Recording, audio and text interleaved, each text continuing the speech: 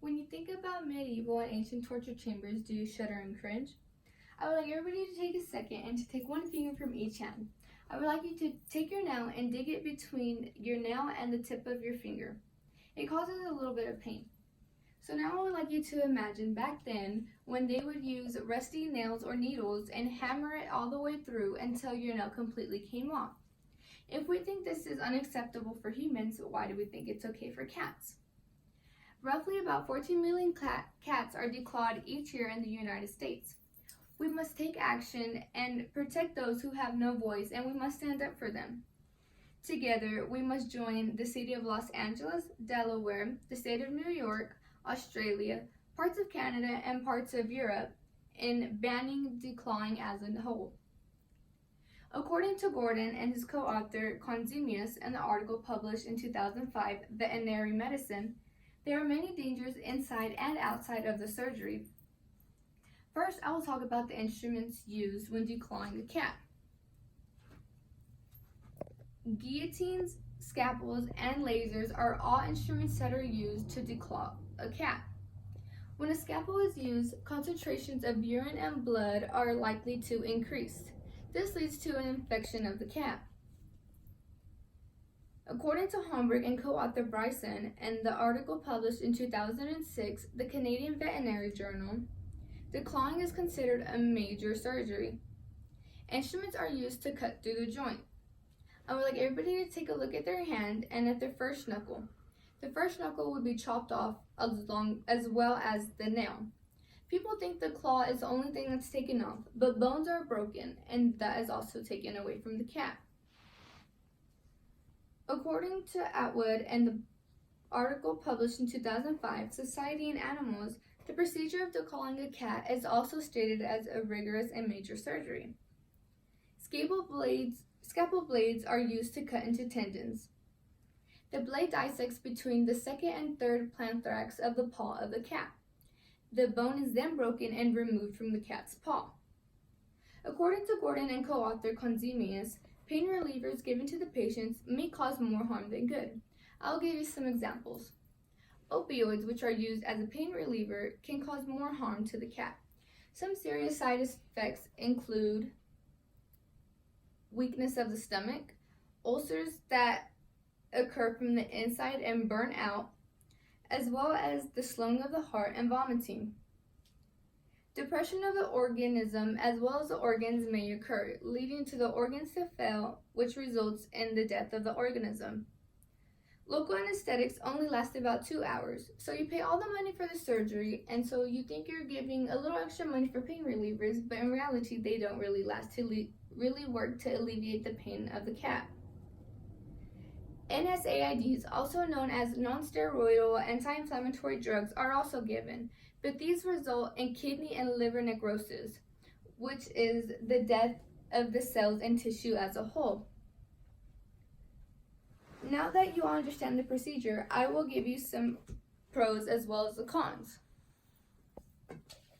According to Rasmussen in the article published in 2014, Veterinary Team Brief, there are some pros to declawing a cat. Today I will explain those, and later I will give you some solutions so we don't have to turn to this. When owning a cat, it is very likely to be scratched and injured. This is the cat's nature, as well as their defense mechanism. It is also very likely that furniture may be destroyed in the household. According to Rasmussen, there are also major cons when it comes to declawing a cat. Now that we all understand the procedure, we can come to the agreement and conclusion that is very painful. After surgery, a cat may develop some undesirable behaviors. Because their claws are ripped out, they are suffering in pain. This may result in unwanted attacks from the cat. When taking away the claws, the cat is now rendered helpless, so they are unable to be left unattended outside.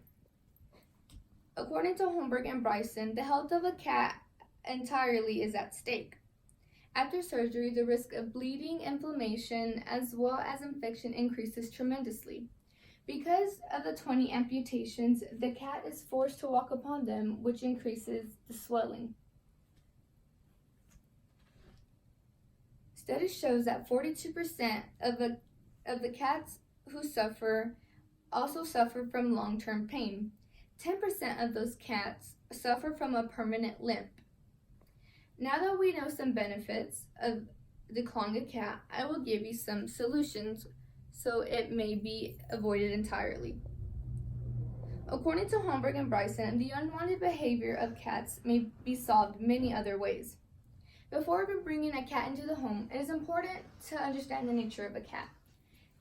The nature of a cat is scratching, and it's inevitable.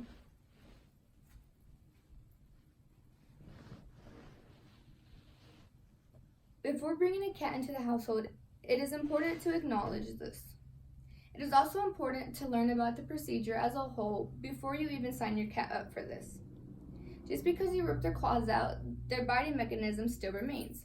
So let me ask you this. Because you take away their claws for safety of injuries, would you knock their teeth out too? I will give you 3 solutions that may help. Treat your cat to frequent nail trimmings.